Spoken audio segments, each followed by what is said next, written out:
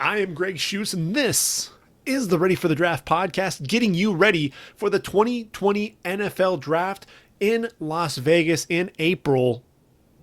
Week 2 of the college football season now in the books. The big names for the 2020 draft, guys like Chase Young, definitely stepping up, balling out. Ohio State beating Cincinnati 42-0. Chase Young, a big reason why, with 1.5 sacks. We saw that was a name that you knew coming into this season. You take a look at a team like Clemson taking on Texas A&M, only win 24-10. And I'll tell you what, a lot of people were talking about Kellen Mond. Kellen Mond, I thought, missed a lot of throws in that game. And really, Clemson, with their defense, Clemson's defense is not what it was a season ago. And there were a lot of throws that he left out there on the field. Conversely, you look at Clemson, and Travis Etienne, just 16 carries for 53 yards. Trevor Lawrence, who's the consensus number 1 overall pick already for the 2021 draft, just 24 or 35 for 266 yards, a touchdown and an interception. He already has 3 interceptions on the year, but he's not eligible for this draft. We talked about, as I said, Travis Etienne not really getting a whole lot of time, but did have 4 receptions coming out of the backfield. That's another known commodity. But, obviously you had guys that surprised. Joe Burrow, yet again, it wasn't a fluke a week ago.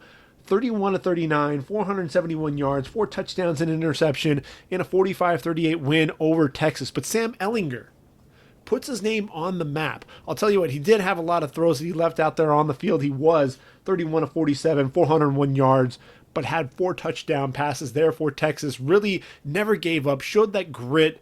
But again, there were some throws that he left out there. But I think he impressed LSU. They even indicated that he was a lot better than they thought that they thought. And if he can continue to develop as a passer, he'll be one to watch for this draft, should he decide to come out. Now, Jacob Eason on the flip side. Washington goes down to Cal in their own stadium, Husky Stadium, 20-19. And Jacob Eason not having the best day, 18-30, 162 yards, and a touchdown. I thought Eason, really struggled at times with accuracy, held on to the ball too long at time. He was staring down receivers, not his best effort by any means. And then USC, it was the Kedon Slovis era. And of course, Kedon Slovis, another guy who's not going to be draft eligible until 2021. But Kedon Slovis steps in as the quarterback for SC now that JT Daniels is out for the year with torn ACL and meniscus. And what does Kedon Slovis do? 28-33, 377 yards, 3 touchdowns to lead the Trojans to a 45-20 victory over Stanford, who was also without KJ Costello. Costello should be back in Stanford's game against UCF this weekend. But again, it was all Kedon Slovis. So that USC team, we'll talk a little bit about the receivers here in a little while. Tyler Vaughns, Michael Pittman, and then obviously Amon-Ra St. Brown, who it will be eligible for next year's draft. Those were the guys who really showed up well in that game. So we take a look at really what was the theme from a week ago, and really it was a lot of overtime games. That was really one of the biggest things that kind of stood out more than anything else. Colorado down 17-0 against Nebraska, comes back to win 34-31 in overtime. And I'll tell you, Steven Montez leading that team back. And, a star is really being born on the defensive side of the football for the Buffaloes. And Davion Taylor, he's kind of this hybrid nickel linebacker, 6'2", 225 pounds, runs a 10.5 40. He's a guy to really watch. I think he's going to climb up draft boards because of that athleticism, his ability to play both the run and the pass. Nate Landman, 14 tackles to lead CU in that game as well. I thought Nate Landman really leading that defense, showed that he can drop into coverage a little bit. Definitely a guy who plays sideline to sideline, and the instincts. He reminds you a lot of Luke Kuechly with the way that he plays the run. And then if you take a look at them up front, the Buffaloes, Mustafa Johnson, 4 tackles, 3 sacks, and a forced fumble. Had a strip sack. Really showed a lot of speed, some good hand movement, a lot of arm overs, using the hands to slap the offensive lineman's hands away. Mustafa Johnson, 6'2", 290 pounds. Could he play a 5 technique at the next level? Is he a defensive tackle? Where is he really going to play? I think that's the one concern that you would have, but you can't argue with the quickness. And that's really where Aaron Donald wins. Could Mustafa Johnson see a similar rise if it continues to put pressure on the quarterback? I think there's a good chance of that happening. Michigan surviving against Army 24-21 in double overtime. And, I watched this game, and I thought, sure enough, Army was going to finally get that win. They had a chance in September of last year against OU, and ultimately lost in overtime, decided to throw the ball, threw an interception. And what did they do against Michigan? They decided to throw the football deep in Michigan territory in regulation, and they throw a pick. Lavert Hill picking off the pass. And then in overtime, Kelvin Hopkins gets sacked, and that fumble lost was ultimately what cost them the game. But in that game, Shea Patterson really struggled, and that's one of the things I think he's had the start that he really wants to forget in terms of his draft prospects. 19-29, 207 yards, no touchdowns, no picks. Showed that he could, move around in the pocket a little bit, but I thought, made some poor decisions, held on to the football a little bit longer than he should have. Elijah Riley there for Army really had a big game, for the Knights. 6 foot, 205 pounds, corner safety. Could he play safety at the next level? It's a good chance that could happen. 13 tackles on the game for Riley, 2 sacks, a forced fumble recovery as well. And the kid was everywhere. He was blitzing off the edge, got a strip sack there, showed his ability in coverage as well, off coverage, hips to turn and run, get in phase. I think the biggest thing for him is he panics. He gets the hands up on the receiver, doesn't really need to do that. Needs to trust himself, trust the position that he's in. And I think because of that, he may end up converting to the safety position if he, I think he's a draftable prospect. Granted, he is an Army. He does have that commitment, but he's definitely a guy who I think can play at the next level. Now, again, with Shea Patterson, a lot of missed throws, a lot of misfires, throwing outside the numbers, just wide of receivers, overthrowing guys, down the field. Really, the arm strength was questionable. Shea Patterson, I'm just watching that draft stock. I had him in my top 10 among the quarterbacks. And, when guys like Joe Burrow, Sam Ehlinger really stepping up and playing well, Jordan Love, another guy there for Utah State, these guys are playing and elevating their game.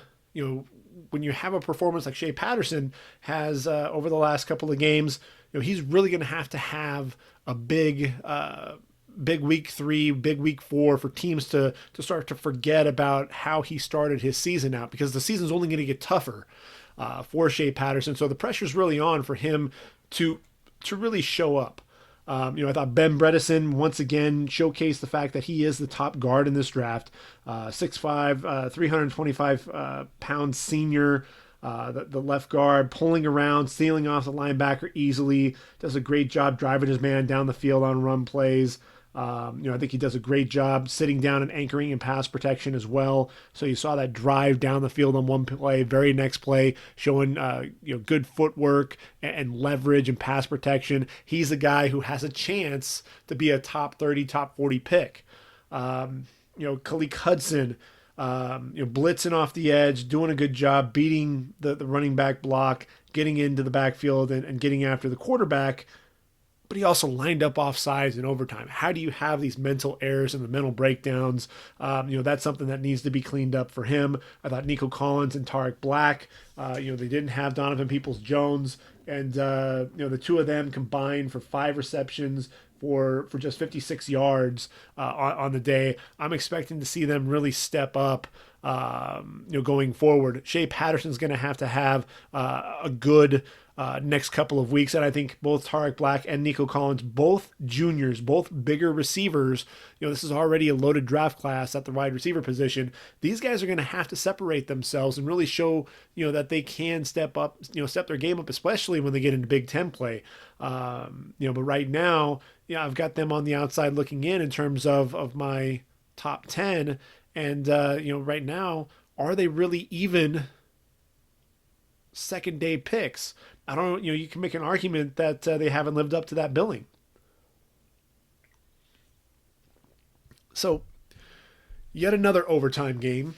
And all these games, by the way, that I'm talking about, I've watched each of these games. So I'm now up to 48 games watched in just the 2 weeks. I guess that also counts the couple of games there on week 0. So I'm up to 73 of the 130 FBS programs. So making really good progress through week 2. And if you did the math, 73 out of the 130 is 56%. Making, like I said, really good progress going through the season. My goal is to get to 130 out of 130 FBS programs. I want to watch every single FBS program play at least one game from beginning to end. So again, off to a good start, and hopefully we can keep that momentum going throughout the rest of the season. So Minnesota taking on Fresno State, really a back and forth game, winning a double overtime, 38-35 winners, the Golden Gophers beating the Bulldogs. Antoine Winfield with a pick, did a really good job reading Jorge Reyna, jumping in to make the pick, picking off the pass for the Gophers, ultimately sealing the win. Rashad Bateman, look, Tyler Johnson has been the guy there for the Gophers, last season.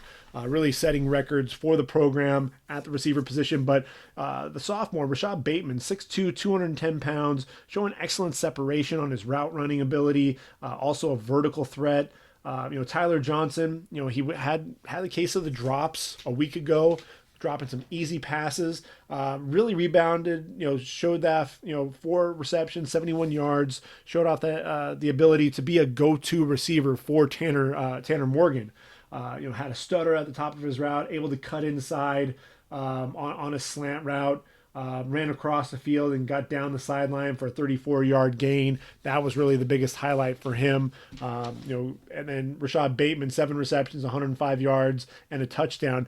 Bateman's vertical ability is going to allow, I believe, is going to clear the field and open things up for Tyler Johnson. Teams are going to have to respect Bateman's speed, which is going to allow Tyler Johnson to be a little bit more of that possession type receiver this season for the Gophers. Carter Coughlin, the 6'4", 245-pound defensive end, he's going to be an edge, possibly a linebacker at the next level, a guy who can get after the quarterback, battling some tightness during the game, so he didn't start. That nod actually went to Tayon Devers, but Coughlin did get a sack in the game. This is someone who has a tremendous burst. I thought he bends pretty well, as showed that off in the game. Able to dip the inside shoulder to turn the corner, works off the block, chases down the quarterback from the backside. That's how he got his sack. Really a high motor guy who just very high intensity, keeps working, keeps playing hard. I think Coughlin and Antoine Winfield Jr., the 5'10", 205-pound redshirt sophomore safety, showing an ability to play on the back end. Like I said, reading the quarterback size, reading the defense, able to jump in and pick off a pass. But he also showed his ability to cover as a potentially a nickel corner, taking on Zane Pope on a post in phase with the receiver, basically right on that receiver's hip, ultimately forced an overthrow. Reyna trying to make the perfect throw, and Antoine Winfield really not having any of it. And then the final guy in that game, how about Michael Walker out of Fresno State, 6'3", 230-pound defensive end. Look, really undersized, playing with his hand in the dirt, but he was a 4-3 end and a 34 outside linebacker, showing an ability to drop into coverage and also get after the quarterback. I think he's going to be a valuable commodity, and as they go into Mountain West play, I think you're going to see Michael Walker continue to rise up draft boards. 9 tackles and a quarterback hurry. Michael Walker, watch out for number 3 for the Bulldogs going forward. Absolutely. So, like I said, I got to watch a few games There was a total of, I believe, 17 games that I got to get my eye on. One of those was Wisconsin against Central Michigan. Wisconsin was 45, had 45-0 lead at the half over the Chippewas. Jim McElwain really has a long way to go, before he can get Central Michigan to a respectable level. And look, Wisconsin, Jonathan Taylor, 3 first half touchdowns, ended up with 19 carries, 124 yards, and those 3 scores. Also had a receiving touchdown. Look, Jonathan Taylor to me is continuing to show why he really should be the number one running back in this year's draft class. I think he's making a push already for that Heisman. He's shooting for that. This is a kid who Doak Walker finalist as a freshman, and now the Doak Walker Award winner in 2019, and after the 2018 season, and more yards in his first 2 years than any other running back. The only other 2 running backs to get over 3,500 yards, Ron Dane and Herschel Walker. So he's in tremendous company there. But you watch him run, and the patience with which he runs is just exceptional. The vision to find the holes. First, he lets the blockers, really get on their blocks. Then the vision to find the holes.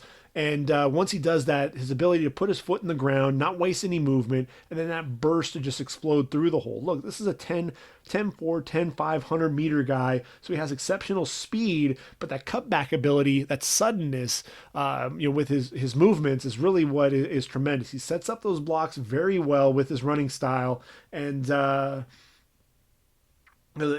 hesitation. He'll run with hesitation. He'll run behind those blockers and then explode through the hole. But really the biggest thing for me, and I couldn't put him as my number 1 running back entering this draft because I hadn't seen him catch the football out of the backfield with regularity. And that's what they're doing. Wisconsin, he's already catching more passes, than he did almost all of last year. Caught a pass out of the backfield in the flat, turned up the field, able to tightrope down the sideline on a 17-yard touchdown. Showing off some pretty decent hands, an ability to look the ball into his hands, catch with his hands away from his body, not let it get into his body where a defender can make a play on it or potentially have it bounce off the shoulder pads, catching it with his hands, not trying to get up the field first, securing the football, then getting up the field. To me, I think Jonathan Taylor is the premier running back in this year's draft class. Look, the left tackle, Cole Van Lanen, is continuing to rise up draft boards as well. 6'5", 303-pound junior. I look at him and a season ago you had David Edwards, you had Bo Benshaw, and Michael Dieter, and those were all guys who were big and nasty, road grader type of guys. And Cole Van Lanen actually showed off some pretty good lateral quickness on the edge, I thought. Good hand placement, getting the hands underneath the pad level, driving the defensive end back off the line as well. Plays with really good leverage, able to take the defensive end up the field, even when he was beaten off the edge. And so I think that's one of the things that you really want to see is how can they recover? Can they recover first off? And his ability to get his hand really underneath the armpit and kind of take the guy and just drive him up the field away from the pocket. That's what Jack Cohn really needed to get things going. Zach Bond, the linebacker, 6'3", 235 pounds, speed around the edge to get to the quarterback, showing exceptional speed. Look, that just another linebacker in a long line of linebackers there at Wisconsin. Just plays with his hair on fire coming off the edge. It just seems like, he's just exploding out of a cannon and looking to put pressure on the quarterback. And then how about Quintez Cephas? An exceptional story. A guy who was accused of sexual assault, was expelled from the school, was arrested, and ultimately was exonerated, was found not guilty of all charges. The school actually reinstated him, as did the football program, and he's really showed out. One of the things that they talked about on the broadcast was just the fact that this kid does everything the right way. Model citizen, and he's really getting a chance, a second chance now with the program to show that, look, this is me. This is who I am. That he is a good kid, and he's responding out on the football field as well. 6 receptions, 132 yards, 2 touchdowns, and his ability to just separate. He was running away from corners on those 2 touchdowns. Just a vertical threat. He's 6'1", 207 pounds, only a junior. But look, if Quintez Cephas continues to show that he can get vertical, that he can create separation with his speed, he's going to make a play in this loaded wide receiver class.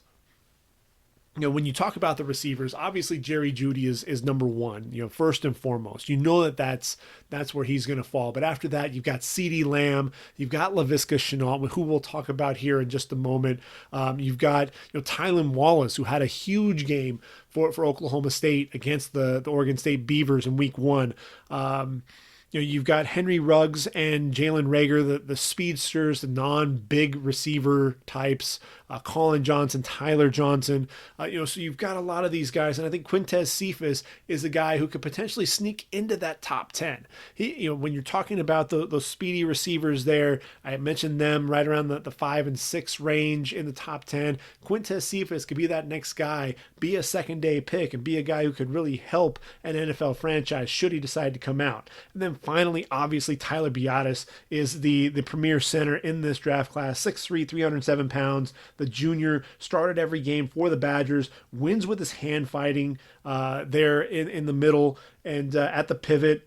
Quick puller, getting around the edge. That's one of the things that you absolutely see. He can be a lead blocker for Jonathan Taylor, much like Eric McCoy was for Travion Williams with the Aggies a season ago. And, Wisconsin making quick work in each of their first 2 games. But against Central Michigan, they were definitely outclassed. Like I said, 61-0. It was 45-0 at the half. Jonathan Taylor really didn't have to do a whole lot. But, 3 touchdowns on the ground, 1 through the air. He definitely dominated. Now, moving from a guy who dominated to a guy who really, I thought, redeemed himself, and that's Kelly Bryant out of Missouri. 38-7 winners over West Virginia. Man, Neil Brown has his hands full there at West Virginia. I thought, Missouri, who had lost to middle-of-the-road Mountain West team in Wyoming this year. Kelly Bryant finished the day 17-25, for 180 yards and 3 touchdowns, 16 carries on the ground as well for 64 yards. Don't just look at that stat line though. That's not going to be the only thing. I thought that he showed good touch to Albert Okwuegbunam, putting the ball, just dropping it in right over his shoulder on a 26-yard touchdown on a go route. Does a really good job in the pocket, avoiding the rush with his feet, rolls to his right, able to square his shoulders to his target, hitting a receiver over the middle. Hit Albert O on a 16-yard touchdown. He came free on a post over the middle, hit him as he was clearing the defensive back. The biggest thing is that you saw time and time again with Kelly Bryant that still gets him into trouble as he tries to do much with his legs. He's out there moving in the pocket way too much, holds on to the ball way too long, takes sacks. Really tries to keep the play alive way too often as well, moving around. That could be costly, especially if he tries to get rid of the football, throw the football down the field, late.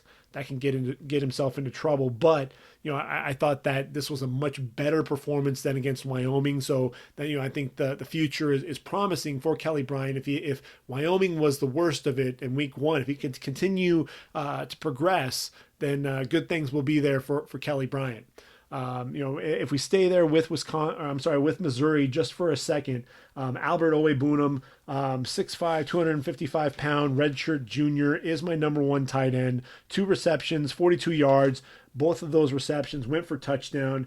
Got vertical against the defensive back. Had 2 steps on him on that go route. Catch over his shoulder. Tracked the ball very well. 26-yard touchdown. And then on his 18-yard touchdown, goes up the seam. Head fake to the outside on the linebacker. Then cut back to the inside on that post for the 16-yard score. And so Albert Okwuegbunam, absolutely the best route runner, I think, of all the tight ends. We'll talk about Colby Parkinson here in a minute. After the watching that USC Stanford game, he may have an argument. I thought that was an exceptional performance. Other guys that started to break out a little bit. I think Yasir Durant is an underrated offensive lineman, 6'7", 330 pounds, one of the leaders up front for the Tiger defense or Tiger offensive line. Decent lateral quickness. I think he was able to transition from sliding from his left to his right on the secondary moves. I thought that was something that really stood out for me. You see a lot of guys who are able to, slide with the defensive end there on the outside, but then being able to transition and mirror that defensive end with those secondary moves back to the inside. That's where a lot of offensive linemen can get into trouble. And at 6'7", having really a higher center of gravity, I thought Yasir Durant showed off some pretty good athleticism, some pretty good footwork as well. Colton McKivitz for West Virginia, 6'7", 307 senior. Kept an eye on him. I thought that he does a good job sliding to pick up the speed rusher, driving him up the field and away from the quarterback. Really absorbed the bull rush well with good leverage, bends well. I thought that, even when he gets driven back, able to reset those feet and re-anchor and then really get underneath that pad level, stand up the defensive end at times. Colton McKivitz is the guy. He's played on both sides of the line. He's playing at left tackle now for the Mountaineers, a guy to watch for sure. On the defensive side of the football for Mizzou, Cale Garrett, just really plays, with a nose for the football, plays well in the box, reads the run quickly, pretty good blitz up the A gap, ran through a Kennedy McCoy block, gets to the quarterback for a sack. Really no hesitation, no false steps, playing forward. I really want, I think right now I haven't seen anything out of him that says that he can play in coverage. Is he a 2-down linebacker or a 3-down linebacker? That really makes all the difference in whether or not you're going to get drafted or if you're going to end up being an undrafted free agent. He's going to have to prove that he can drop into coverage and make plays if he wants to be a day 3 pick. And that's really the biggest question right now. I just don't have an answer for it yet. So Mizzou getting a win. So we transition from the Big 12 and the SEC with West Virginia and Mizzou to the Pac-12. And I promised I'd talk about Colby Parkinson, who had 7 receptions for 89 yards in that contest. Look, Davis Mills, he was the number 1 quarterback in the 2017 recruiting class. Who was number 2? Hunter Johnson went to Northwestern from Clemson.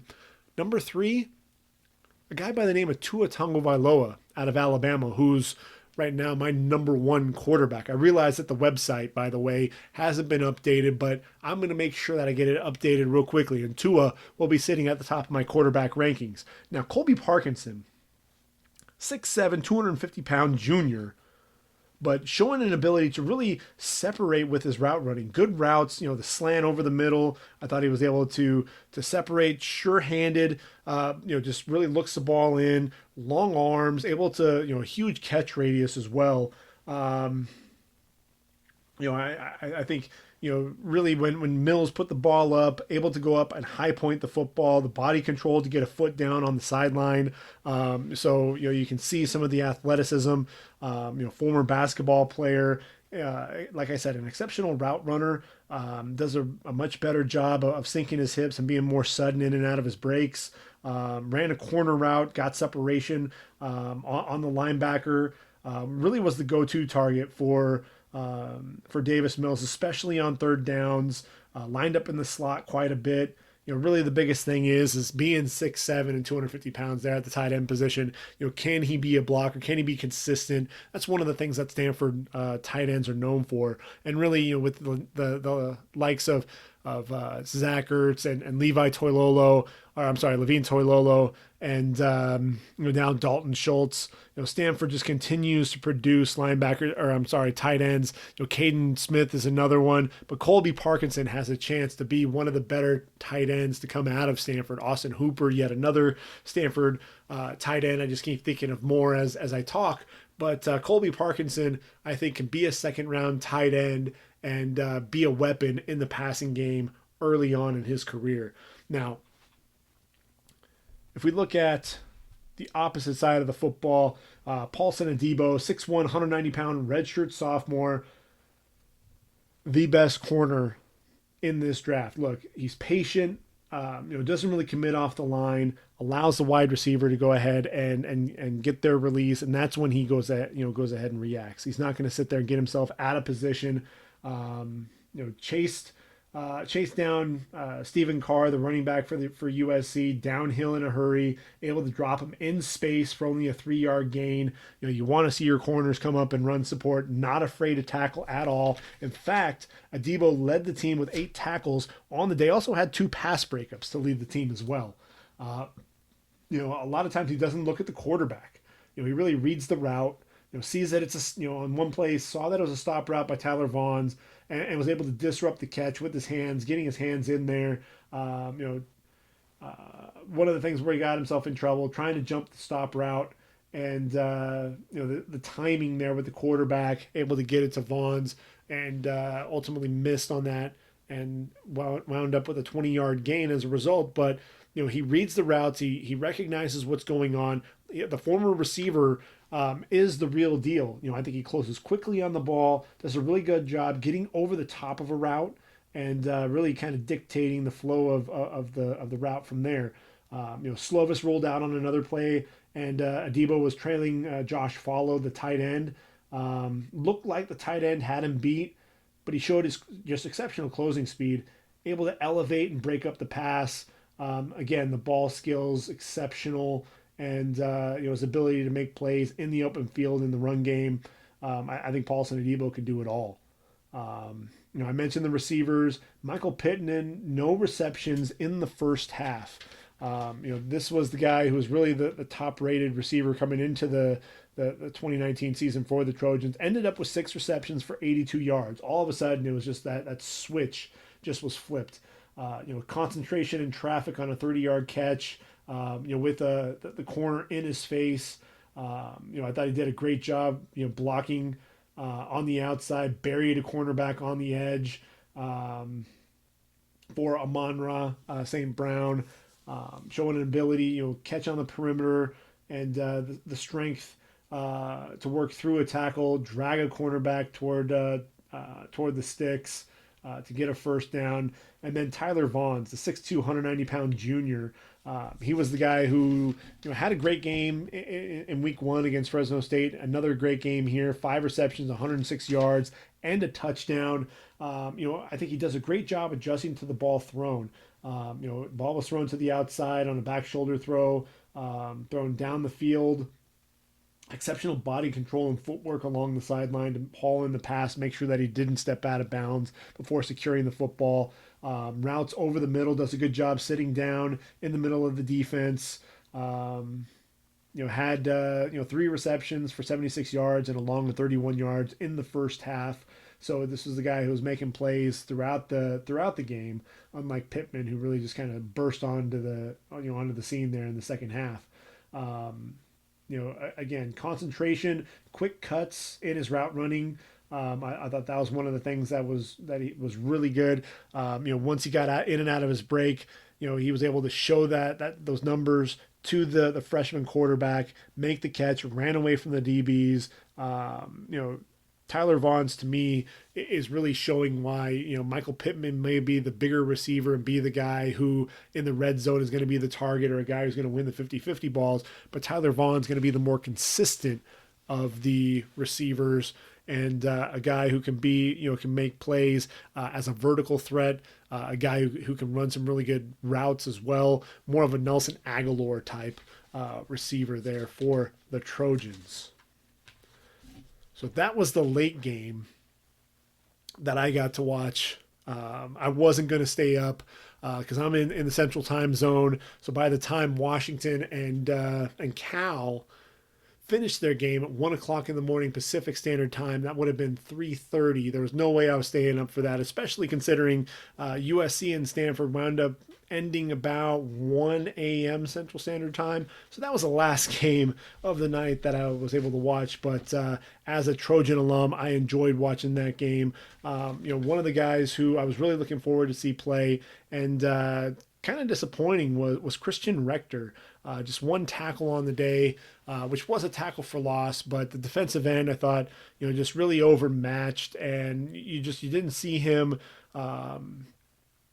playing with much of a sense of urgency there for the Trojans. I thought, you saw Drake Jackson, Jay Dufele, Marlon Tuli-Pelotu up front make a lot more plays. He just seems like a guy who, he got overwhelmed by that Stanford offensive line. And look, this is a Stanford offensive line that is struggling to some degree, especially now that Walker Little is out. They're thrusting the freshman Walter Rouse in the game, and really I was expecting at that point for Christian Rector to really amp things up and really start putting pressure on the quarterback, and we just did not see that. So I mentioned Washington and Cal and the 29-19 game, and wanted to talk a little bit more about Jacob Eason. Again, the transfer from Georgia. 2016 for the Bulldogs, over 2,400 yards passing, 16 touchdowns, 8 interceptions, 8-5 record as a starter. 2017 injured in the season opener. Jake Fromm took over, and ultimately he transferred to UW. Sat out 2018 and is the starter for the Huskies in 2019. Absolutely shows tremendous arm strength. I think that's one of the things that you see. You see the zip coming out of his hands. There's no question about that. But, I thought some of the ball placement was questionable at times there for him. And as I mentioned earlier, stares down his receivers. He was late getting a football to Aaron Fuller on a crossing route. Ultimately, Ashton Davis jump in, broke on the ball, but got to the receiver a little bit too soon for defensive pass interference. Kind of got bailed out there. I thought the eye discipline, I think that was one of the things that he showed pretty, would look one way, look off the safety, come back to the opposite side to hit his receiver. Touch, definitely showed some touch, getting the football to the fullback as the safety was coming forward. Got there before the safety could get there. Rolled left, squared his shoulders to the line, hit the receiver coming across the field. But he threw the ball 2 steps too late, and the receiver ultimately stepped out of bounds. Had he thrown the ball a couple of steps sooner, then the receiver catches the ball in the end zone and scores a touchdown. Instead, the receiver ends up stepping out of bounds. Some of his vertical routes, not enough air under the football. That's one of the things that he's got to work on. But no doubt with the arm strength can definitely fit the football into a tight window. To me, I think Jacob Eason. I thought the game against Cal definitely hurt the draft stock because everyone was so impressed with the debut against Eastern Washington. With 49 yards passing in that game in his first start for the Huskies. So kind of an up and down season to start, but the big 6'5", 235-pound junior, yes, he's only a junior, redshirt junior, so he may come back one more year, and depending on how the top of the quarterback class goes, you could see Jacob Eason repeat what Justin Herbert has done for the Ducks. Now, we take a look at Cal's linebacker extraordinaire, Evan Weaver, and if you watch the game, 86, he's all over the field. 6'3", 235 pounds, very quick to diagnose, trusts his eyes, no hesitation in his movement, shoots gaps downhill, 159 tackles in 2018, ran a long way for a strip sack on one play, ran around the defensive end, engaged the right tackle, turned the corner, chased the quarterback, rolling out to the left, ultimately hit him from behind to force the ball free, showed an ability to drop into coverage, read a swing pass as the quarterback turns to the running back, breaks on the back, closes in a hurry, and basically drops him for a 4-yard gain on a throw into the boundary. Blitz into the backfield, showed a really good job there, really nearly disrupted that mesh, could have taken the football, ultimately ran by there, but still disrupted the play. A high motor guy, absolutely, very decisive, and has been showing that he can make plays in all facets of the game. He can play against the run, he can set the edge a little bit, he can blitz the quarterback, and he can drop into coverage and recognize routes. I think Evan Weaver definitely helped himself there against the Huskies. But it'll remains to be seen if he can keep that momentum up. But after 159 tackle performance, in 2018, he's definitely on scouts' radars. And then there's Trey Adams, the 6'8", 327-pound senior offensive tackle for the Huskies. Definitely injury riddled last couple of seasons. I thought that he struggles at times with speed rushers. I think he's slow at times, but does a good job taking the defensive end up the field. He'll get beaten out of his stance, but the biggest thing is he doesn't panic, doesn't hold. He recovers and is able to just ride the guy away from the pocket. Really a wide base against his edge rushers, anchors very well. Showed a really good power step to the inside to wall off a defensive end trying an inside rush. Really just shut that down. Want to see him as he's healthy and really gets into the flow of the game. Really want to see him be more of a drive blocker. Haven't seen as much power from him, and that's really something that I want to see more of. When you're looking for those power type offensive tackles, Walker Little is not a power tackle, and neither is Andrew Thomas. When you talk about a guy like Tristan Wirfs out of Iowa, and a big reason why I think Tristan Wirfs will end up being the number one offensive tackle taken in the draft is he has the quickness with his feet, but he's also one of the most powerful offensive tackles in this year's draft, if not the most powerful. That's what helped Brandon Sheriff be a top 5 pick, was all of that explosiveness to go with the quickness and the lateral agility. So I think that's something that you're going to see from Trey Adams is, if you can see a little bit more power into his game, I think you're really going to see a difference maker there for the Huskies up front. So LSU and Texas. Now we talked about Joe Burrow and what he did, 6'3", 212 pounds, came to LSU from Ohio State last year. The offense really didn't fit things for him. Kudos to Ed Orgeron for looking at it and saying, you know what, I've got an elite defense. I need an offense that's really going to take things to the next level for the LSU Tigers. And he brings in Joe Brady from the New Orleans Saints. And suddenly Joe Burrow looks like a guy whose game can translate to the next level. In complete control of this offense and, throwing the ball all over the field. Hitting multiple receivers. He had 3 receivers. First time that this has happened for LSU. 3 receivers: Justin Jefferson, Jamar Chase, and Terrace Marshall, all over 100 yards receiving in the game.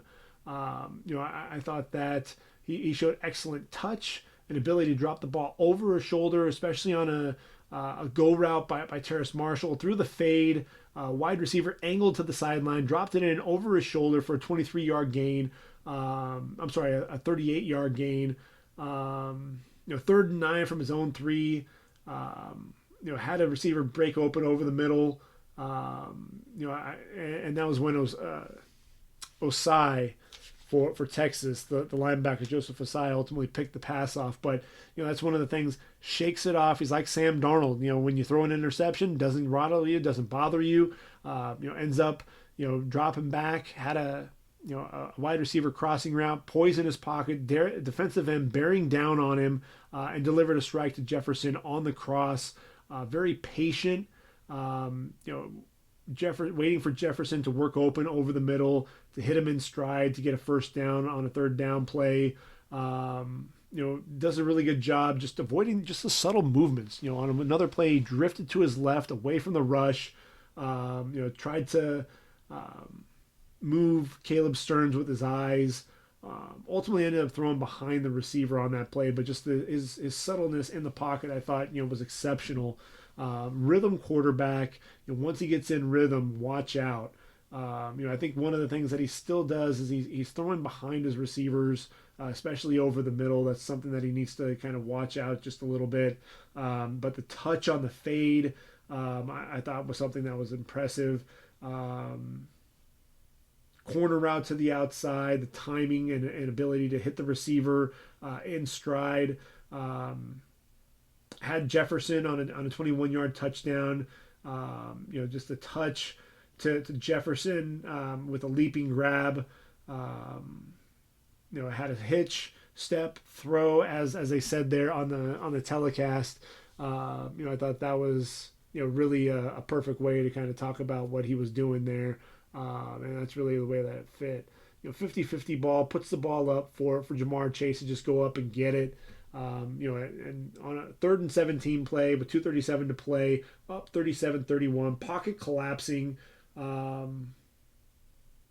able to roll to his left, square his shoulders, hit Jefferson coming across the field. Then the wide receiver took off down the sideline for a 61-yard touchdown to pretty much seal the deal there for LSU.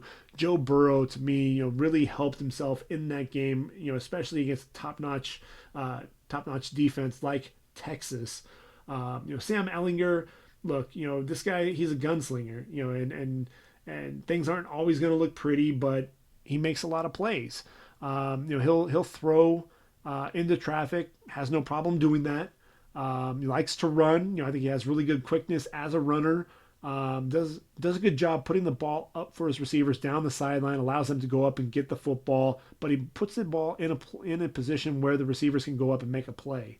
I think he does a good job. There's a crossing route by Devin Duvernay, and was able, basically the receiver clears Michael Divinity, the linebacker, and gets the ball in there before Grant Delpit can come over from the safety position. And sometimes he'll try to do too much in the pocket. I think he does a good job moving and avoiding the rush, but sometimes he'll try to do too much. He'll take a sack rather than getting the football away.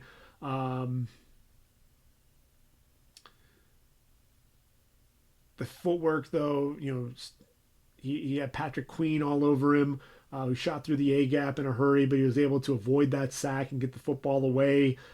Stands tall in the pocket, despite the defense, collapse in the pocket, able to still move the safety with his eyes, and able to put the football over the linebacker and in front of the safety before they can get over. The eye discipline definitely was there. He's just a gamer, a guy who likes to make plays, and I think Sam Ehlinger definitely helped himself in this game. Grant Delpit, unfortunately, cramped up, in the second half, wasn't able to make quite the plays that you want to see, but you did see a swing pass to Keontae Ingram on the perimeter. Running back tried to cut inside, but he broke down in run support. In the open field, able to make that tackle 2 yards shy of a first down on 3rd and 3. I thought that was an exceptional play by Delpit. 6'3", 201 junior, definitely a top 5 pick in my opinion. K'Lavon Chasen, 6'5", 240-pound redshirt sophomore, showed really good quickness off the ball. Not the biggest guy, but really showed speed to power. Really, using those hands, striking into the chest of Samuel Cosmi. And able to drive him back into the quarterback. Showed a good slap and rip, keeping his pad level low, and able to bend around the corner a little bit. Showed on a twist the speed to run through the A-gap, chase down the quarterback for a sack as well. So I think Chasen definitely showing that he can be a playmaker getting after the quarterback. Christian Fulton, though, 5'11", 194-pound senior, I thought he struggled at times. That was one of those things to where, he had some plays, gave a receiver, a 7-yard cushion, and ultimately on a stop route was able to break quickly on the ball and get his hand in as the ball arrived. But let's see, and on another, comeback route, inside leverage, broke on the ball, undercut the route, able to knock the football away. But let's see. Had a play, with Brennan Eagles, the freshman receiver there on the outside, who ultimately scored a 35-yard touchdown. Went for the pick, didn't get it. Receiver ultimately made the catch and took off down the sideline. Really was had his eyes on the quarterback, tried to undercut the route, and wasn't able to do so. The quarterback really threw it over the top of him, kind of baited him with his eyes a little bit. But he did rebound in phase with the receiver, didn't go for a stutter and go, and really was on him like glue in phase all the way down the sideline. So he's somebody who I think is continuing to progress and just needs more time out on the football field. Parker Braun, the 6'3", 300-pound senior grad transfer from Georgia Tech, playing for the Longhorns. Really just showed an ability to be a drive blocker in the run game. Showed an ability to come across the formation and pick up Clavin Chasen. Showed really good lateral quickness, anchors well in the passing game. I thought he did a good job getting under Rashard Lawrence's pad level and standing him up, and also able to drive him back with some good power. The strength, speed to power off the line, really driving a guy. Just a powerful offensive guard. I think his stock has definitely shot up quite a bit. I think Jacob Phillips, the 6'4", 233-pound linebacker, needs work in coverage. That's really what I have written here. I thought he does a good job, good instincts in the running game, but he definitely looks lost at times in coverage. He's somebody who probably should come back for a senior season. Brandon Jones, the safety, does a good job, coming off of a block, able to shed it and coming downhill to drive the running back, on a play into the boundary. Slot fade by Jefferson, in phase, right on his hip, no separation. So Brandon Jones, I think, definitely helped himself, showing an ability to cover.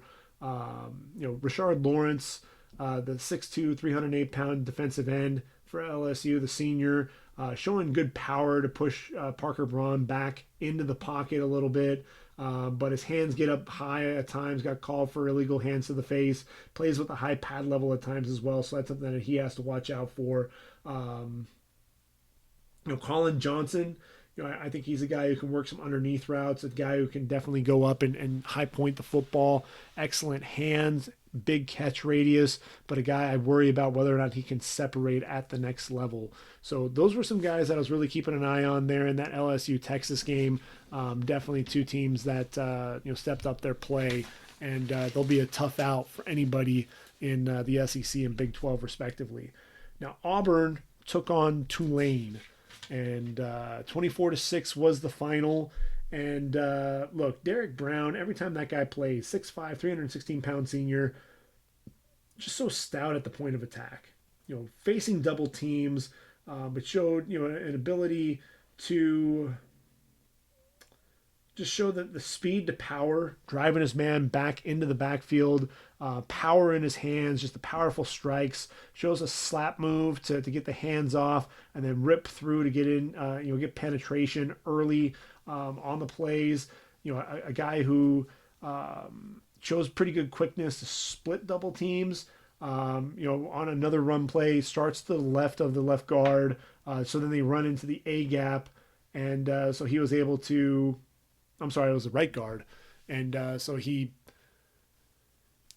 takes the right guard after engaging him there on the left side, ends up grabbing him, kind of does a pull move, throws him aside, and is able to drop the running back in that A gap hole for no gain.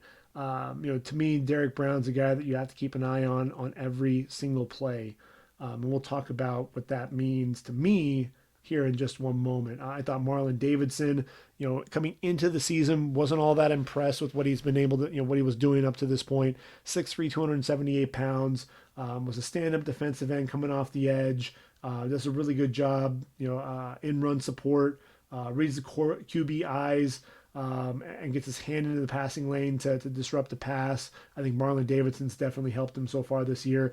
For Tulane, Patrick Johnson, 6'3", 250 pounds, kind of a hybrid defensive end linebacker, playing the joker position for them. Shows a really good job coming off the edge, dropping the running back in the backfield, 1 yard shy of a first down. Struggled to get off tight end blocks. Spencer Nye, I thought, really did a good job keeping him in front of him. But one of the things that was really impressive, though, was a jet sweep to Eli Stove. 2 tight ends with lead blockers, took on them both, able to really get outside and set the edge, and ultimately allowed the linebacker to make a play, get a tackle for loss on it. I thought that his ability to take on the multiple blockers, really slide laterally and get outside to really kind of set that edge, really that containment, and be able to force him inside to where that linebacker was able to make a play. Showed a good stutter on the right tackle, and then the speed running around the edge to really pressure and affect the quarterback. I think Patrick Johnson's the guy to keep an eye on there for Tulane. Prince Tega Wanogo, the left tackle, 6'7", 305 pounds. Very light on his feet, long arms, able to mirror defensive ends quite a bit. But he also whiffed on Patrick Johnson, really had a free path to the quarterback. So I think there's some inexperience at times. I thought he overset and was susceptible to some inside moves as well. But so quick out of his stance, so athletic, and the long arms. There's a lot to work with there. Watching Prince Tega Wanogo. Then one last guy to talk about for Auburn is Noah Okwuegbunam, the 5'11", 200-pound junior corner, wide receiver on an out route. Really showed good closing speed to jump the route and get a breakup on the play. Lined up in the slot against Darryl Mooney, really trailing him on his hip and able to get a hand in and knock a football away. Definitely somebody who's going to take chances, guy who wants to gamble there on the outside, but a guy who definitely understands routes, does a really good job putting himself in a position to make plays. For Tulane, their big running back, Darius Bradwell, really couldn't get anything going. 6'1", 230 pounds. He's a big, powerful back with a really strong leg drive to run through contact. But he was one guy that I was waiting to see really break off a big run. He didn't start. It was actually Amari Jones, Jalen McCleskey, really kind of taking hold of that, but finished with 12 carries for just 30 yards. But he's definitely someone to watch. If you get a chance to watch Tulane, watch the big back run. I think you'll enjoy watching him play. So taking a look through things, I've got two last games to talk about here. And Colorado versus Nebraska, as I mentioned, 17-0 at the half. Steven Montez, just didn't, the pocket collapsing, but he still had time to make plays down the field, and he opted to run and run the football. He was kind of playing scared, didn't really stand in and make plays and get rid of the football. He's got Laviska Shenault, he's got Katie Nixon, Brady Russell at tight end is really starting to step up as well. I thought he was somebody who I really wanted to see make plays, and he's one of those guys to where there was busted coverage on a play, and he started rolling to his right, didn't even set his feet, and threw the ball a good 30 yards down the field, hit a receiver in stride. So he has the athletic ability and the arm strength to make plays, but it's something that he needs to be more consistent. There's a flea flicker on a play, and he had KJ Nixon down the field, threw the football, I think a good 45, 50 yards in the air, hit him in stride, 96-yard touchdown. That really got things going for the Buffaloes. I think Steven Montez, like I said, needs to be more consistent, needs to trust himself in the pocket, really needs to have better pocket presence, pocket awareness, pockets collapsing, but at the end of the day, you're the quarterback. You're the guy who's ultimately going to have to make plays, throwing the football down the field.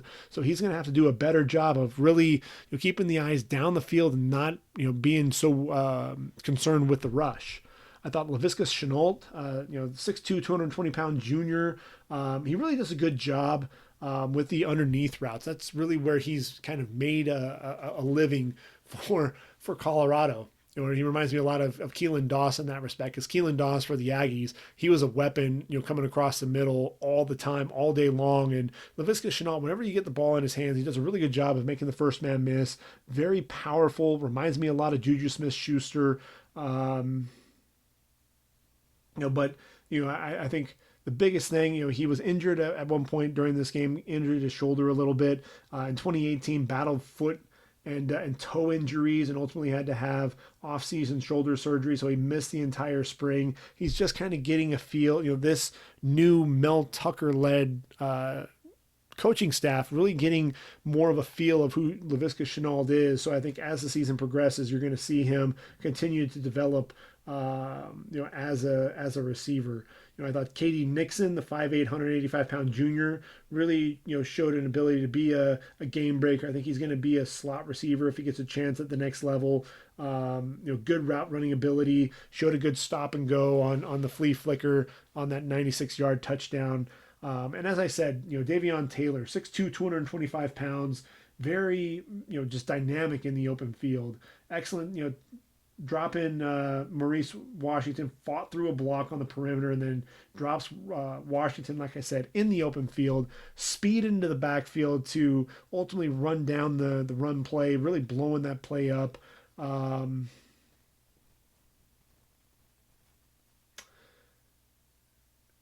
He just the awareness, his ability. He drops into zone coverage, really waiting for the quarterback to hit Jack Stahl, the tight end, on an out route. Drove on the ball, jumped the route, nearly got the interception, but at least got the pass breakup. Play action, swing pass, broke quickly downhill to break up the play as well. Just excellent speed, like I said, just closes in a hurry and is exceptional as a wrap-up tackler in the open field. I think Davion Taylor definitely doing a great job. He's going to rise up draft boards. Just watch. Lamar Jackson, 6'3", 215-pound corner, did a really good job baiting Steven Montez. The play action rollout, read the route, got some depth. He was playing underneath, got some depth, and was able to get a leaping interception. I think what Montez was watching, I think it was a corner route that was behind him. He reads the route and is able to go ahead and get some depth to ultimately pick off the pass, get into the throwing lane. Plays in phase most of the time. He's right with the receiver. Shows really good length as well to get his hand in and knock footballs down. I think Lamar Jackson, somebody who's underrated, and I think he's going to continue to improve his draft stock. But if there was a corner who helped himself the most in week 2, I thought that had to be, without a doubt, Miles Jones out of Texas A&M. He's 6'4", 185 pounds. And I think the fact that he was so tall for a corner, I was looking at him and I was like, I didn't really have him among my top 10 and really didn't have him, in our preseason because I wasn't expecting to see the ball skills. Wasn't able to see him, really just shut down receivers. I thought that Trevor Lawrence had much better success throwing to anybody not named Miles Jones. Number 10 was making plays left and right on the outside. An out and up by Justin Ross, wasn't fooled, stayed in phase, able to leap and knock the football away. Starts looking inside, then turns to face the receiver who ran an out. Basically, able to, without any wasted movement, able to transition, quick hips, able to plant, drive on the football on the outside. He's a physical corner, like I said, with excellent length. I think Miles Jones really is a guy who is moving up my draft boards, if nothing else. But I thought he was definitely impressive. I thought Isaiah Simmons, the 6'4", 225-pound junior hybrid linebacker, safety, whatever you want to call him, I thought he definitely helps himself. He's said to run a 4.31 40. But he ran downhill from depth with a big hit on the running back after just a 3-yard game. Came over the top to contest a throw to Javon Osman. Ultimately broke up the ball or broke up the pass on that play. Read a zone read play, got to the boundary. Able to keep off the blocks and ultimately drop the running back down for only a 3-yard gain. Instinctive, athletic, explosive. Those are all attributes that I think definitely fit for Isaiah Simmons. Let's see. T. Higgins, 6'4", 215-pound receiver there for Clemson. Showed really good concentration on a crossing route. Able to pluck the ball out of his air with his hands. After really taking a good hit there by Buddy Johnson. Skinny post, 30-yard yard play, got inside leverage and ball was thrown to the outside away from the safety, and he was ultimately able to make an adjustment to the football as well. I thought that was a nice play. As I said, Kellen Mond missed a ton of throws. I thought, as a guard, John Simpson definitely helped himself. 6'4", 330 pounds. The senior played really good, with really good leverage, standing up whichever defensive tackle was lining up over him. Whether it was, Justin Matabuke, Bobby Brown, Jaden Peavy. It didn't really matter who they put in front of him. He seemed to really continue to play with excellent leverage. And I think that's really the biggest thing more than anything else. Does a really good job climbing to the second level as well, burying linebackers. This is a guy, I hadn't really watched too much of his play there for Clemson a season ago because, frankly, there was just so much talent. He kind of got lost in the shuffle a little bit, but he plays with a mean streak, man. He wants to bury guys. He's physical. He's mean. Like I said, plays with really good leverage as well, but he's looking to bury guys, and I kind of like that. AJ Terrell, the 6'1", 190-pound junior corner, just Mr. Consistency. Takes good angles, reads the routes really well, trusts his eyes. I think that's really good play there. Once again from AJ Taylor. I think when it's all said and done, we're going to be talking about AJ Taylor as one of the. AJ Terrell is one of the better cornerbacks in this year's draft class. And I said that was going to be the last one to talk about, but I realized we actually have a couple more before we call it quits. Maryland and Syracuse. Man, you want to talk about a team, they score 79 points in their first game, 63 in their second game. Maybe the Maryland Terrapins are for real. Anthony McFarland, the 5'6", 193-pound redshirt sophomore running back. I'm sorry, he's 5'8". Explosive burst, exceptional vision. The lateral quickness is exceptional. Underrated power. 500-pound squat. They showed him, really just putting it up for 3 reps there on the broadcast. Very impressive individual. Like I said, the lateral quickness, off tackle, juking linebackers in the open field, cutting inside, and showed the exceptional burst on a 20-yard touchdown. Does a good job coming back to the football to catch it in the open field. Anthony McFarland wound up finishing the day, 14 carries for 78 yards and a couple of touchdowns. But he's an exceptional receiver. I think that's one of the things that kind of stood out for me. Antoine Brooks had busted coverage against Taj Harris, got open behind him. Ultimately, big game that ultimately led to a touchdown. Does show good range to the perimeter versus the run, and is a sure tackler, delivers a big hit. But you really want to see more from him in coverage. I thought Maryland did a really good job handling Alton Robinson, the 6'4", 260-pound senior defensive end, and as well as Kendall Coleman, the 6'3", 253-pound defensive end on his opposite side. Coleman showed an ability to, burst to get to the quarterback, showed 2 steps to the outside, cut back inside as the left tackle overset, burst to close in on the running back for a tackle for loss. You saw Alton Robinson, with the speed on a twist play on one, showed a good stutter, and then beat the left tackle to the inside. But I think for the most part, the Terps did a good job really neutralizing their speed coming off the edge. So that was pretty surprising, to me. I thought Josh Jackson, the 6'2", 218-pound redshirt junior quarterback for the Terps, really making good decisions. Though he was 21 of 38.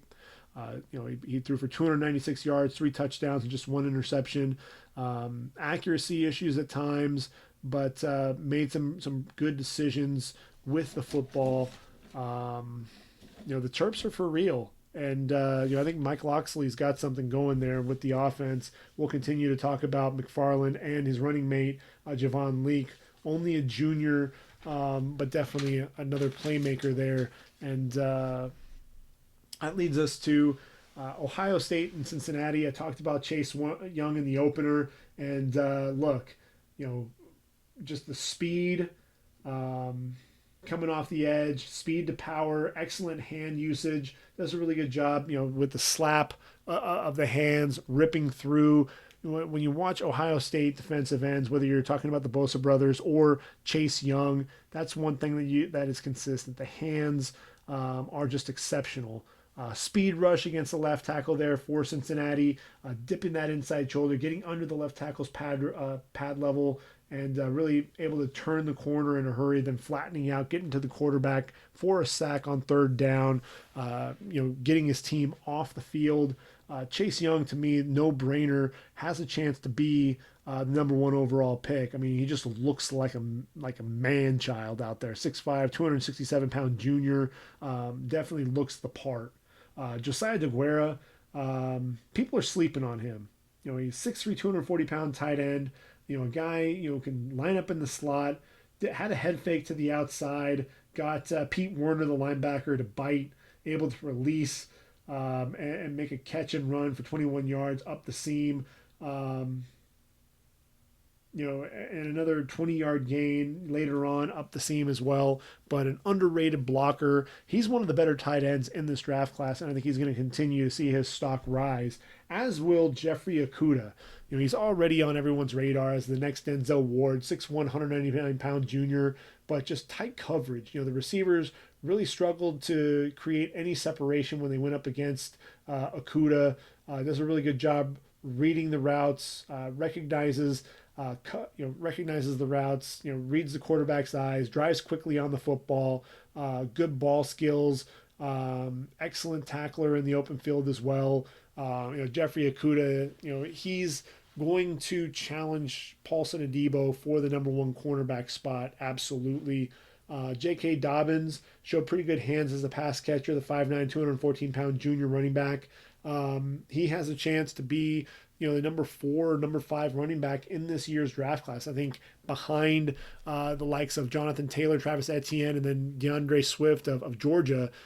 They played Murray State, had a big win in the game. But J.K. Dobbins, just the speed, had a 60-yard touchdown. The line was just dominating, gaping holes, but he showed really good acceleration running through the holes and then just ran by the defensive backs all the way to pay dirt. Good leg drive, balance to run through contact, keeps his footing, keeps moving forward. In the game, 17 carries, 141 yards, and 2 touchdowns. To me, J.K. Dobbins definitely showing a really good job there. Michael Warren, the junior back there for Cincinnati, just 10 carries for 15 yards. Poor effort on a pass block attempt. Ultimately gave up a sack to Malik Harrison, the 6'3", 251-pound senior linebacker. Shot between the left tackle, between the guard and the tackle, and just ran right through Warren's block to get the sack. I think Harrison is going to continue to develop as well there at the linebacker position, and I think his stock is going to rise as well. So there were a few games there on Friday that I also got to tune into. That was Wake Forest against Rice. And look, Isang Bassi, proved that he can be one of the cornerbacks there on the outside. Really stayed in the hip pocket of a receiver on a post. Bail technique, plant, drive on the slant.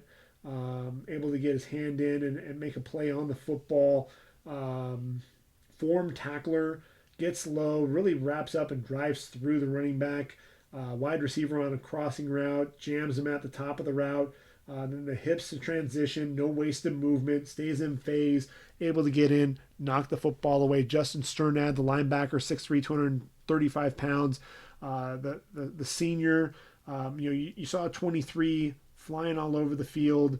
Had a game-winning interception against Jordan Love of Utah State the week prior, but gets depth in coverage, reads the quarterback's eyes, flows to his left, gets a near interception, ultimately dropped the pick. But then the speed on the outside to chase down the quarterback. Good speed, like I said, to the perimeter. So this is a guy who makes plays in coverage against the run, can blitz the quarterback a little bit. He's more of a next, basically this new generation of linebackers, and I think you're going to see his draft stock continue to rise. Now the receivers for Wake Forest, man, they've got some receivers. Sage Surratt is 6'3", 215-pound redshirt sophomore. He has a chance to come out. Last week against Utah State, 158 yards, just a big-bodied guy. Only player in North Carolina history to be named player of the year in both basketball and football. They kept talking about that on the broadcast. I thought that was interesting there on ESPN. Scotty Washington, the 6'5", 225-pound senior, excellent length, a guy who can get vertical a little bit, really showed off some of the basketball skills, attacking the football in the air, boxing out the receiver, using that big body to his advantage. I'll tell you what, those are two big receivers who have a chance to play at the next level. Carlos Basham, he's 6'5", 275 pounds, redshirt sophomore, known as Boogie, and really we should be calling him Boogie Basham from here on out. Stutter and really shoots through the A gap, speed to the quarterback on a strip sack, slap and then an arm over to get by the left tackle on the edge with a quick get off. Read a 3-step drop, able to elevate and knock down the pass, got into the passing lane there. Carlos Basham's a guy we could be talking about for this year's draft. I think he's one of those borderline type players. And then Justin Herron, the 6'5", 290-pound senior, torn ACL a season ago. I thought he did a good job anchoring, showing good leverage, getting his hands under the defensive end's pass rush, or pad level, I'm sorry. Good hips to turn and seal his man in the running game, sealing him to the outside, sustains his block and finishes in the running game. You really want to see that. Definite knee bender, anchors well, wide base. Those are all things that I have noted here for Justin Herron. And then finally, there's Boise State against Marshall. It was a 14-7 game. Ezra Cleveland has no power. This guy's a finesse tackle, a guy who can mirror just about any defensive end. So light on his feet, but you want to see him be a drive blocker in the running game. You're not going to really get that. And, if you want to see some power, really even in pass protection, you're not going to see it. And I think that's where I think Ezra Cleveland's stock is going to drop a little bit, is he's such a finesse tackle, that he can potentially get manhandled at the point of attack. Now, one guy who isn't afraid to get dirty is Curtis Weaver, 6'3", 265-pound, redshirt junior. This is a guy who really does an excellent job, both in setting the edge against the run, does a good job actually dropping into coverage. He did that quite a bit in this game, but can really bend coming off the edge, uses his hands very well to get off blocks, uses rip moves to get inside the left tackle, ran by the right tackle, so he was lining up on both sides of the line, really wreaking havoc all game long for Isaiah Green. Curtis Weaver living up to the bill, should be a first-round pick. And then, John Molchon for Boise State, though, we talked about Ezra Cleveland not being powerful. This guy absolutely is. He's 6'5", 318 pounds. He's a guard, but he was actually playing, he's the left guard, but he was playing right tackle for the game. And I'll tell you, John Okwuegbunam, their right tackle, was injured. So he moved over to the right tackle position. Very physical. He's strong at the point of attack. Footwork was very sloppy at tackle, but he's so powerful. He's going to be a guard, and he showed off at least enough athleticism to make me think that this guy has a chance at the next level.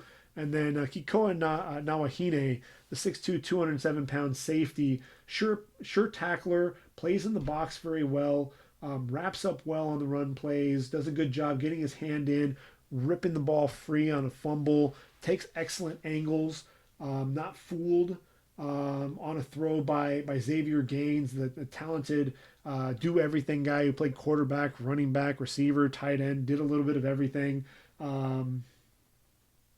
Was over the top on the post play, and poor throw, was in position to ultimately pick off the pass. Very intelligent player. I think now Ehlinger is a name that people need to start paying attention to at the safety position. So those are the games that I got to watch.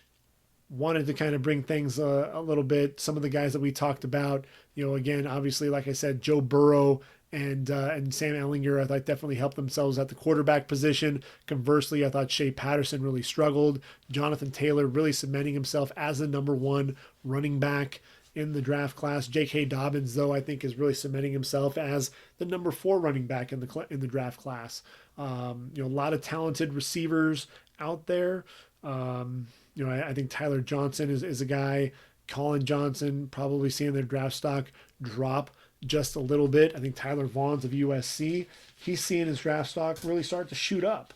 He's really become the big play guy there for the Trojans. I thought Kelly Bryant, the quarterback at Missouri, really had a redeeming day for him.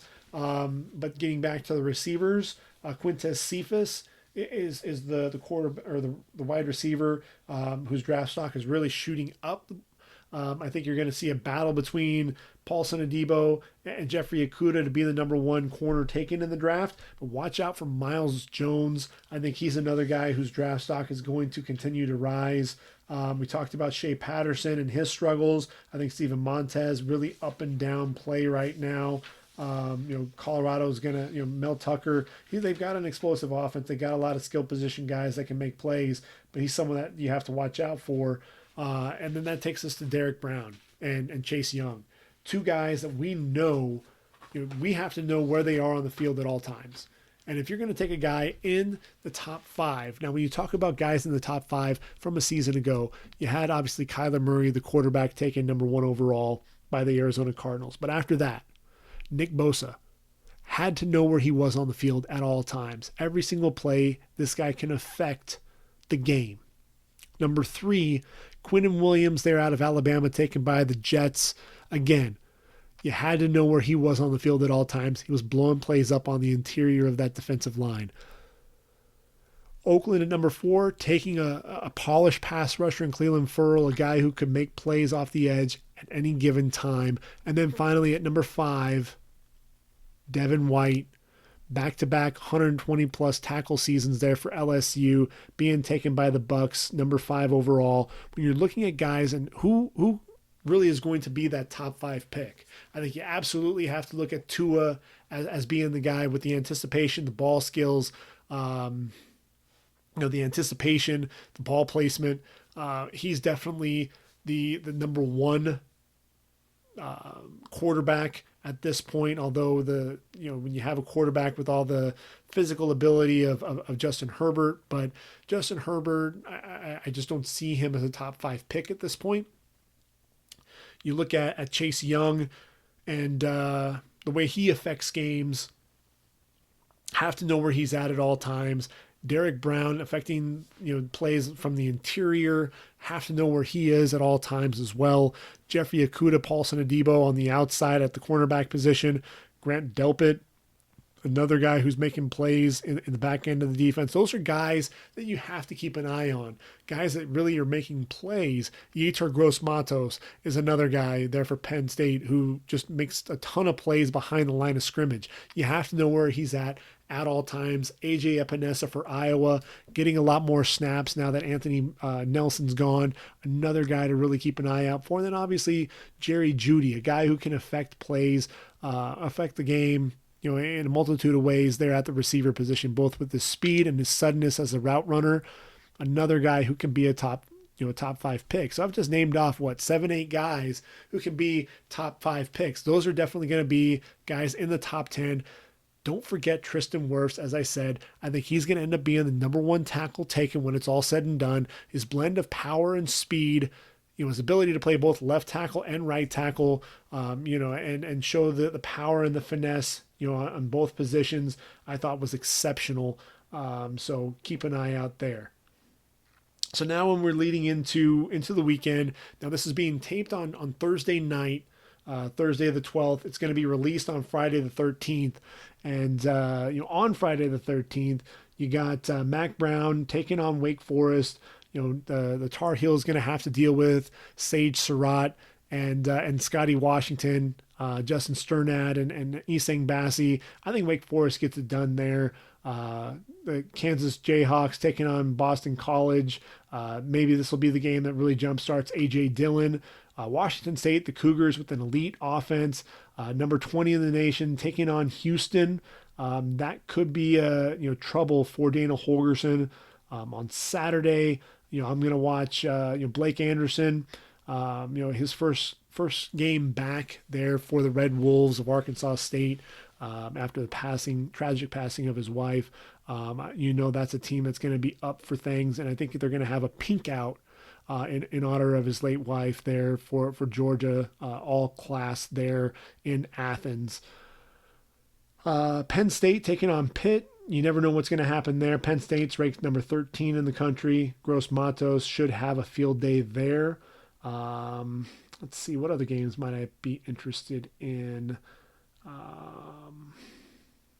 as I scroll through things here. Notre Dame taking on New Mexico at home.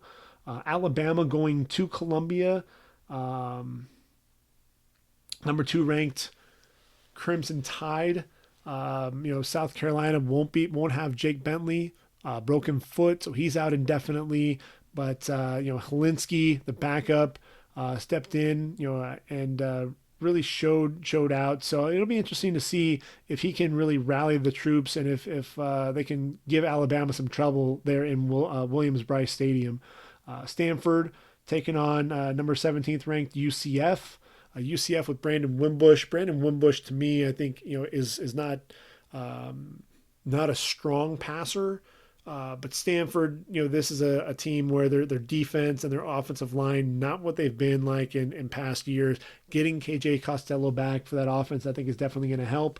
Number 24 ranked USC Trojans and Keaton Slovis heading to Provo, taking on BYU in Lavelle Edwards Stadium. I think that'll be interesting. I want to see what that offense does against a pretty stout BYU defense. Scrolling through, Oklahoma State traveling to Tulsa. If you haven't gotten to watch Tulsa play, as I've mentioned in the last podcast, you got a couple of linebackers. Zavian Collins has an NFL body. Cooper Edmiston, back-to-back 100 tackle seasons, a guy who I think can drop into coverage a little bit. I hope he gets a chance to show what he can do at the next level. Number 19 ranked Iowa Hawkeyes traveling to Jack Trice Stadium, taking on Iowa State. Nate Stanley really needs to have a big game. Really want to see what Tristan Wirfs can do as a blocker, and then obviously AJ Epinesa getting after Brock Purdy. Let's see, what other games can we tune into here? Cal is facing North Texas at home. If you haven't gotten a chance to watch Mason Fine and Rico Bussey play, you're in for a treat. Bussey and company will get to go, and Fine and company will get to go up against the likes of Evan Weaver, and then the tremendous safeties that we didn't even talk about in Ashton Davis, who's on the track team, and then Jalen Hawkins, 2 exceptional safeties there for the Cal Bears. So I think that would at least just be an interesting matchup more than anything else. I'm expecting Cal to end up coming away with the victory there, though. So as we continue down things, Florida taking on Kentucky at Kroger Field. That could potentially be an interesting game. Number 9 ranked Florida Gators. Clemson traveling to Syracuse, the Carrier Dome. Can Alton Robinson and Kendall Coleman really get loose and get after the quarterback? They struggled mightily against Maryland. They could be in for a long day against Clemson. Washington, number 23 ranked Huskies, have Hawaii showing up at home. They're going to have to deal with Cedric Byrd, who's a tremendous receiver there for the Warriors. I think Washington comes away with a W, but, Hawaii, they showed against Arizona, how tough they can be. So I don't think that's going to be a gimme game by any means. Oklahoma traveling to the Rose Bowl, Jalen Hurts and company. Jalen Hurts throwing the ball to CeeDee Lamb, Grant Calcaterra and company, and then you have Trey Sermons running the football. I think that they'll make easy work of the Bruins. And, DTR, Dorian Thompson-Robinson, the quarterback for UCLA, is going to have to deal with Kenneth Murray and company. I think that game may be over by halftime. Boise State, I'm going to tune in and watch this game late. Boise State against Portland State. Want to see what the tight end Charlie Tamopeau there for Portland State, and obviously wanting to see Curtis Weaver. Any chance I can watch him play, I'm definitely going to do that as well. And then one last game there in the Pac-12, late night, 9:45 Central. 15-ranked Ducks taking on Montana. I want to tune in and watch Dante Olson, the linebacker there for Montana, and the Grizzlies taking on Justin Herbert in that high-powered attack. What can Dante Olson do if he really wants to make a difference and ultimately be, challenged to potentially be a day 2 pick? This is a guy who makes a ton of plays. I believe it was 150 tackles a season ago. If he really wants to be a day 2 pick, if he wants to be a guy who's going to be considered for the Senior Bowl and everything else, he's going to have to show up and have a huge game, really the game of his career against Oregon, because this is a high-profile game for him, and I'm really hoping that he steps up. So I'm looking forward to getting to watch him play just a little bit here. So that will do it.